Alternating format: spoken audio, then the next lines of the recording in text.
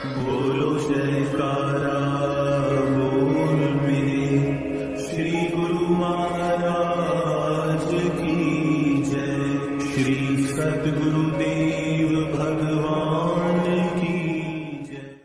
गुरुमुखो, जिस मनुष्य ने जैसा काम करना होता है उसी के अनुसार सामान इकट्ठा करता है। जैसे एक कपड़ा बेचने वाला मनुष्य अपने व्यवहार के अनुसार उसी प्रकार का सामान गज, कैंची, कपड़ा आदि रखता है, क्योंकि उसका निशाना और लक्ष्य यही है,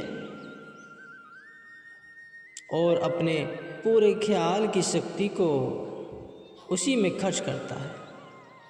इसी प्रकार परमार्थ में भी जीव को अपनी सुरती व ख्याल की शक्ति को लगाना चाहिए। दिल में हर समय मालिक की प्राप्ति के ख्याल को दृढ़ करो। सतगुरु की सेवा को अपना काम समझकर अपने दिल की गहराई में उसको स्थान दो। यदि काम को बिना रुचि व बिना किसी ख्याल के किया गया तो सफलता का प्राप्त होना कठिन है। सतगुरु की सेवा और मालिक की बंदगी में देखने मात्र से तो कोई लाभ नहीं दिखाई देगा, परंतु आंतरिक दृष्टि में बहुत अंतर है। जो काम रुचि से किया जाए उसका परिणाम कुछ और है, और जो बिना रुचि से किया जाए उसका परिणाम कुछ और है। अब सोचना इस बात का है कि जो काम दिल लगाकर व रुचि से किया जाए उससे बहुत लाभ है। श्रद्धा भाव व दिल लगाकर सेवा करने से मन की दशा कुछ हो जाती है। सद्गुरु की सेवा, भजनाभ्यास व सत्संग से मन की अवस्थाएं कुएं के हर हंस की तरह हो जाती है। कौवे की खुराक मांस है और हंस की मोती। तो कौवा गंदगी पर बैठता है और हंस मानसरोवर में रहता है। देखने में भी प्रकृति मन का स्वभाव तभी बदल सकता है जब मन को सेवा और भजनाभ्यास व सत्संग में लगाया जाए। इन गुणों को ग्रहण करने से मन की हालत पलट जाती है। पहले यह मन काग था, करता जीवन घात, अब तो मन हंस भया, मोती चुग चुग खात। तो पहले इस जीवन का मन विषय विकारों की गंदगी, काम, क्रोध, लोभ, मोह आदि की तरफ दौड़ता था। भजनाभ्यास और सत्संग से मन विकारों की गंदगी को छोड़कर विषय विवेक व भजन कीर्तन की तरफ लग जाता है और अपनी पुरानी आदतें भूल जाता है। इस मन को संत महात्माओं ने अलग अलग नामों से पुकारा है।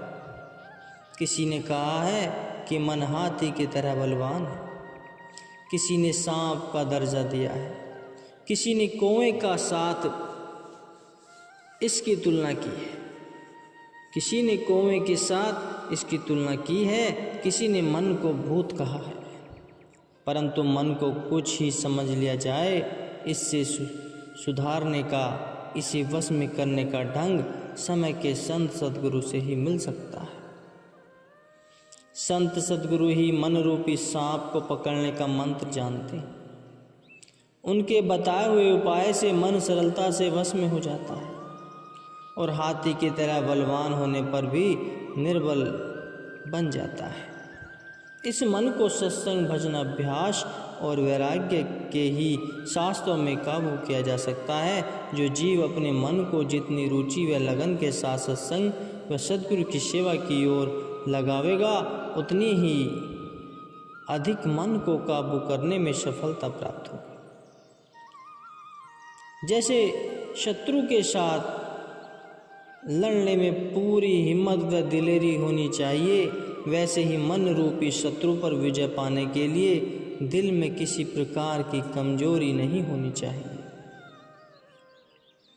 तभी मन रूपी शत्रु को जीता जा सकता है। कहा गया है, मन रिपु जीता सब रिपु जीते। मन रिपु जीता सब रिपु जीते। इसका अर्थ यह है कि इसमें कोई अंतर नहीं दिखाई देता। इन पंक्तियों को पढ़ने से कोई अंतर दिखाई नहीं देता, परंतु इनके अर्थ में बहुत अंतर है। अर्थात इसका अर्थ यह है कि जिसने मन रूपी शत्रु को जीत लिया उसने अपने सब शत्रुओं को जीत लिया। यदि किसी का मन रूपी शत्रु जीवित है तो उसके सब शत्रु जीवित हैं। इस मन रूपी शत्रु को नियंत्रण में रखने के लिए अपने भीतर को और अपने शरीर को, अपने ख्यालों को सद्गुरु की सेवा, भजन, अभ्यास में, सत्संग में लगाना चाहिए। मन का स्वभाव बुराइयों की तरफ जाने का है। सद्गुरु के शब्द से ही मन की बुराइयों की ओर से रोका जा सकता है। तो इसलिए जितनी रुचि व लगन से अपने ख्यालों को सद्गुरु के शब्द में लगाया जाएगा, उतनी ही शीघ्रता से इस काम में सफलता प्राप्त होगी। प्रत्येक मनुष्य को कोशिश करके अपने मन पर विजय प्राप्त करने के लिए समय के संत सद्गुरु की सेवा व उनके बताए गए तरीके से मन को जीतना चाहिए। जिसने स्वयं को मन की पराधीनता से बचा लिया, उसने मन पर विजय प्राप्त कर ली और उसका जीवन सफल हो गया। एक बार सद्गुरुदेव महाराज जी साधु वेश में नहर पर स्नान करने के लिए कुछ सेवकों को साथ लेकर जाते थे। सिंधु नहर में भक्तों सहित स्थान पर पुनः अनुपम लीला करते थे।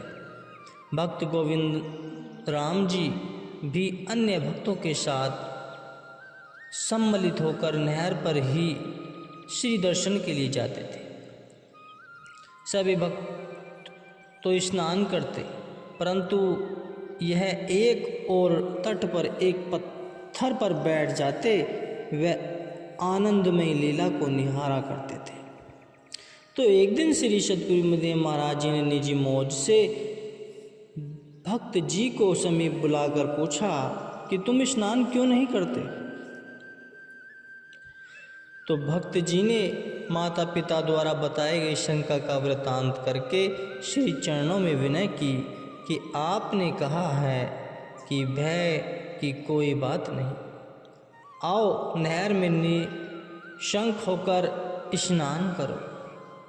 तो भक्त जी श्री आज्ञा पाकर नहर में कूद पड़े। अन्य भक्तों तथा श्री सद्गुरुदेव महाराज जी के साथ स्नान का आनंद लिया और स्नान के पश्चात तट पर आकर श्री सद्गुरुदेव महाराज जी ने सबको प्रसाद दिया और भक्त जी को पुनः कहा कि तुम निश्चिंत होकर स्नान किया करो। उस दिन से भक्त जी नित्य प्रति नहर में स्नान करने लगे और उनका भय दूर हो गया तथा जो आशंका जोशियों ने प्रकट की थी वह भी सब दूर हो गई। अचल निष्ठा से भक्त जी अब दिन रात सेवा व प्रेम में निमग्न हो आश्रम में आने लगे। उनके पिताजी ने जब उनकी बढ़ती हुई सेवा लगन को देखा तो जोशियों के पास जाकर उनका उपाय पूछने लगे कि कैसे इस मार्ग से उनको हटाया जाए। जोशी बड़े ध्यान से, बड़े गर्व से कहते हैं कि हम तुम्हें राख धागा कुछ देते हैं, बस एक बार घोल कर पिला दो तो जीवन भर इधर उधर मुंह मारना बंद कर देगा। इस प्रकार कितने ही जादू मंत्र चलाए, परंतु दशा ऐसी बनती जा रही थी कि एक दिन प्रतिदिन प्रेम अधिक बढ़ता जा रहा था, यहाँ तक कि रात्रि समय भी उन्होंने घर आना छोड़ दिया। इस प्रकार यह बात प्रसिद्ध हो गई कि भक्त गोविंद राम जी साधु संतों के सेवक बन गए हैं और इन पर किसी का कोई वश नहीं चल पाता। एक दिन भक्त जी ने जब कथा श्री चरणों में सुनाई तो श्री सतगुरुदेव महाराज जी श्री तीसरी पातशाही जी साधु वेश में श्री सतगुरुदेव महाराज जी श्री दूसरी पातशाही जी के श्री दर्शन के लिए जा रहे थे तो भक्त जी भी साथ गए। वहाँ जाकर श्री चरणों में सारा वृत्तांत प्रस्तुत किया तो श्री वचन हुए कि निश्चिंत होकर भजन अभ्यास करते रहो, जिससे कुछ भी प्रभाव उन वस्तुओं का तुम पर न पड़ेगा। भक्त जी ने ऐसा ही किया। तो एक बार एक प्रसिद्ध जोशी ने उनके पिताजी को कहा कि मेरा वार न कभी खाली गया है न जाएगा, तो एक बार लड़के को साथ ले आओ। तो उनके कदम फिर कभी उस ओर न जाने पाए। इनके पिताजी इन्हें साथ ले गए और जोशी ने देखते ही कह दिया कि आज के पश्चात इन्हें यहाँ पुनः कभी मत लाना। इनके सद्गुरु पूर्ण हैं, इन पर कोई वश नहीं कर सकता। इस प्रकार से यहाँ के लोगों की श्रद्धा भी श्री सतगुरुदेव महाराज जी के प्रति बढ़ गई और श्री सतगुरुदेव महाराज जी ने दर्शा दिया कि नाम के जपने से सब विघ्न दूर हो जाते हैं।